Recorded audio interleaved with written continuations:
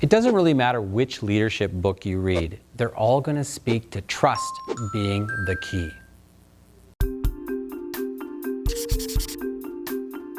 I want to talk a little bit about predictive trust and vulnerability trust today. There are two different types of trust, and both are incredibly important. Predictive trust is something that evolves over time in a relationship.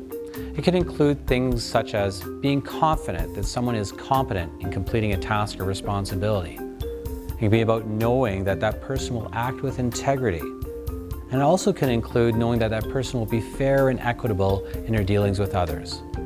Well, as you're working with somebody and getting to know them, it's going to take a while for you to understand whether they're truly competent, and you're going to need to see them in several different situations to get that feeling of fairness and acting with integrity. So a lot of times it will be a length of time in the relationship that'll let you know where you're sitting with that.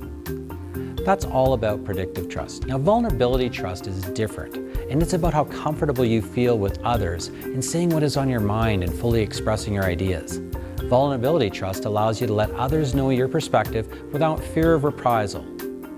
Both predictive and vulnerability trust are important for organizations and teams to perform at the highest possible level. And if you as a leader do not pay attention to trust as your #1 priority, nothing that you try to accomplish will truly meet its potential.